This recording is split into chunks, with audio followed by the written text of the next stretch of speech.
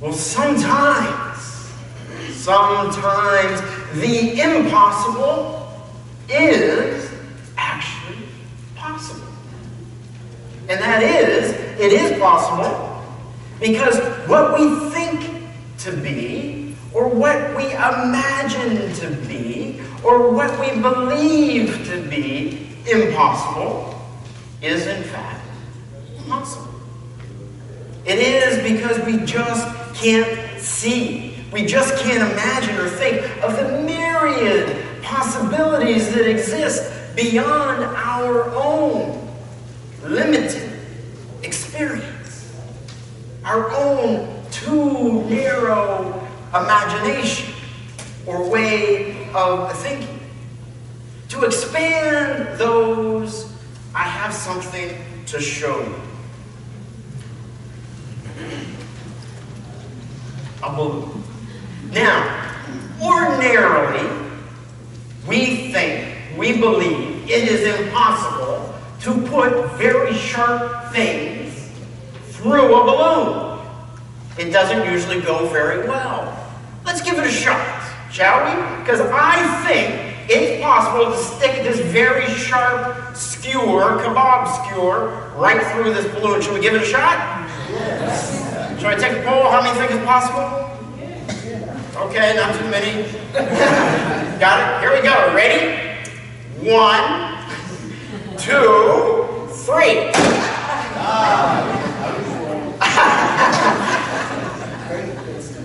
I have another balloon. Let's try it again, shall we? Because there may be some people that have a knowledge beyond our own that actually make it possible. Let's entertain that idea for a second. Everybody take a deep breath. Me too.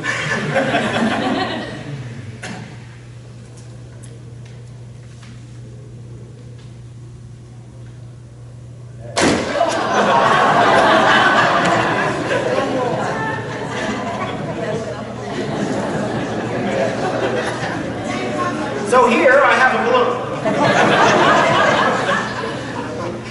I'm going to loosen up a little bit.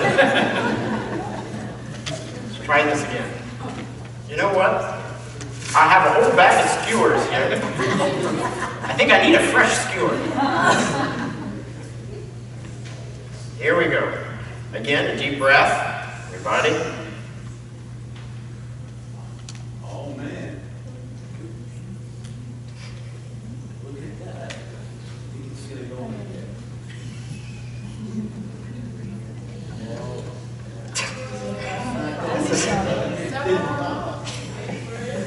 Wait for it. It's going to be legendary. Hold on a second. Holy crap. Did I mention I have a whole bag of skewers here?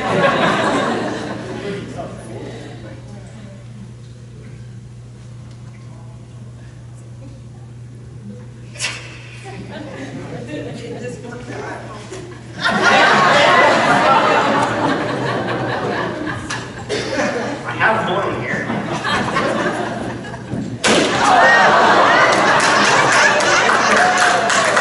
I'm going to give it one more shot. I don't trust them. Okay, you just saw me blow that up, so you know it's all good. Let me try this one more time.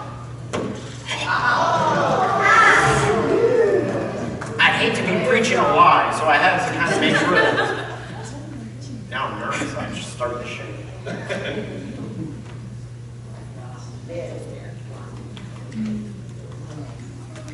Come.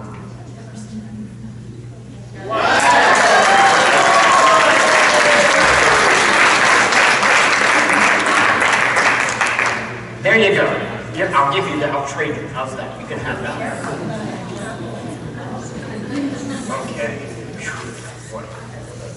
Yes, it was very close. So, what makes that seemingly impossible, it was almost impossible, but we got there. What makes that impossibility possible? Well, it's what makes almost every impossibility possible. And that is that there is knowledge and experience and abilities beyond that which we already know.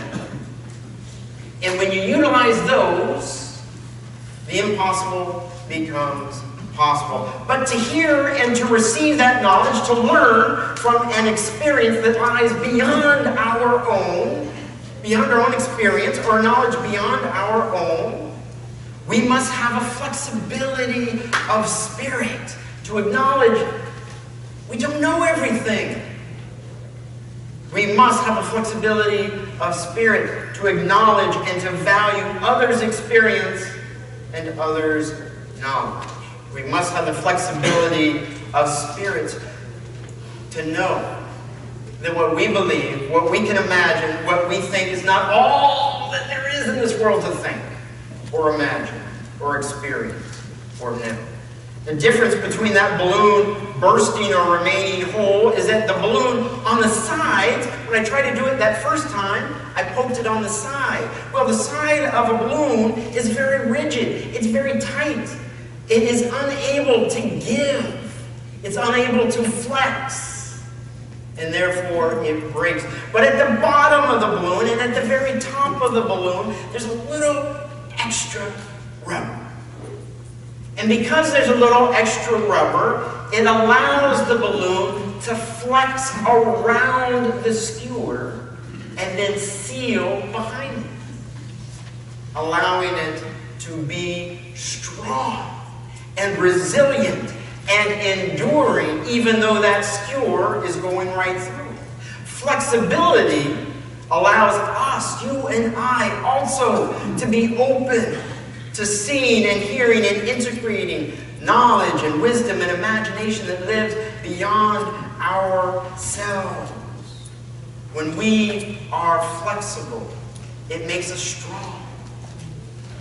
It makes us enduring. It makes us resilient.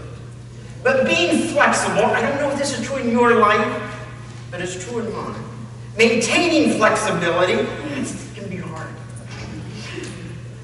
Especially, I hate to admit it, the whiter your beard gets. That is, the older you get. Physically, of course, we know this to be true. Our eardrums and the lenses within our eyes, with age, the whiter our beard gets, they begin to lose their elasticity. And that leads to hearing loss. It leads to needing reading glasses for your eyes. It's true physically, but sometimes we don't admit it's true spiritually as well. Because when we age, sometimes we become a little bit more set in our ways, a little less flexible, just like those eardrums, a little bit less able to take in new ideas or thoughts or ways that are outside of what we already have experienced in life. We become a little less able, a little less willing to hear and to see the new possibilities that still swirl about us with God's never-ending creative spirit and imagination, but we have lost a little bit of our ability to hear it and to see it, to incorporate it into our lives. And that limits what's possible for us. It limits what's possible for this world. It limits our ability to grow spiritually, our ability to keep our community whole. This is the situation that Paul writes about in the church in Corinth. He says that each person in the community has gifts, but those gifts are different from one another. Those gifts still, though, come from the same Spirit, and they have equal value. But they must be combined with the gifts of others in order to serve the greater whole. No one person's gift, he writes, or knowledge or talent is more important than anybody else's. They're complementary. Each adds to the benefits and the health and the beauty of the whole. Therefore, he warns, we must always remain flexible, open to and willing to embrace the gifts, the knowledge, the talents of others. We must be able to trust that and rely on that for the health and integrity of the whole body. And why do you think Paul writes all this? He does because the church in Corinth is a mess. They're not doing that. That's why he writes it. The church in Corinth is a place of self-righteousness run rampant. Everyone believes that their opinion, their way, what they think is the right way, the true way, the only way. And just as before the part of the letter that we heard, that we must honor everybody's gifts, Paul writes this about the church in Corinth. When you come together as a church, it is not for the better. It actually makes things worse. Wow. For there are quarrels and there are divisions among you. Should I commend you? No, I do not commend you. You see, Paul fears that the quarrels will break the Corinth church in two. And in fact, that is what happens. And that continues to happen. I don't know if you know, but there are over 45,000, I'll say that again, 45,000 different Christian denominations. That church in Corinth has divided and divided and divided. There's 45,000 now.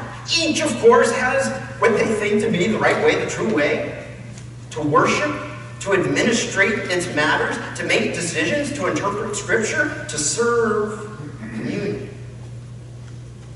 Self-righteousness is a sharp knife which cuts community apart. Humility is the balm that heals. And it is what makes today possible. Today is Worldwide Communion Sunday.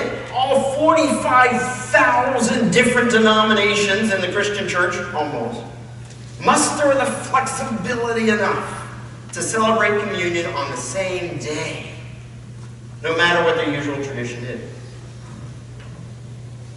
Flexibility in practice, in thought. It opens our ears, it opens our hearts, it opens our eyes, and it creates miracles.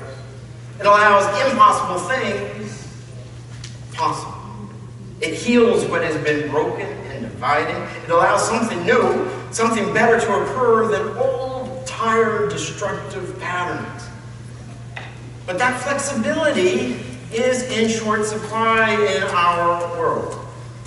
Today, there are polemic platitudes, extreme exclamations. They are rampant all around us. Social media can be that sharp knife. These things, they garner attention. They get noticed. They make ratings. They make political points. And yet, they are the knife that divides us and breaks us apart. They make us ever more deaf and blind to one another's gifts, to one another's humanity, to one another's divinity, to one another's suffering. Humility is to the spirit what yoga is to the body. Humility stretches our thinking. It opens our ears and our eyes and our hearts. It makes us limber and flexible in thought. And flexibility, as that balloon finally reminded us, is what makes us strong. Seeing the destructive patterns in the Corinthian church, Paul then writes the Philippian church and says, please, don't go the way of the Corinthian church. Imitate instead the humility of Christ. That's what he says in Philippians. So in that spirit, in the spirit of expanding a worldwide communion, I have a series of questions that I want you to reflect upon. Close your eyes. See if you have the flexibility of spirit to hear these questions, to incorporate them into your life. With what and where are you willing to be flexible? To be flexible in your opinion, in your thought, in your practice. Flexible with your spouse, with your neighbor, a co-worker, a friend. Are you willing to hear and to listen to the gifts, to trust in the talents and beliefs, the thoughts and creative imagining of those around you? Are you willing to entertain the idea that there are things, knowledge, wisdom beyond anything you have already experienced? Are you willing to engage in your spirit a practice of humility like yoga, which stretches your mind and your hearts?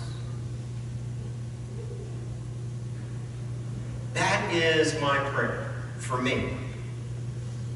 It's my prayer for you. It's my prayer for our world, because in that practice, all becomes possible. Amen.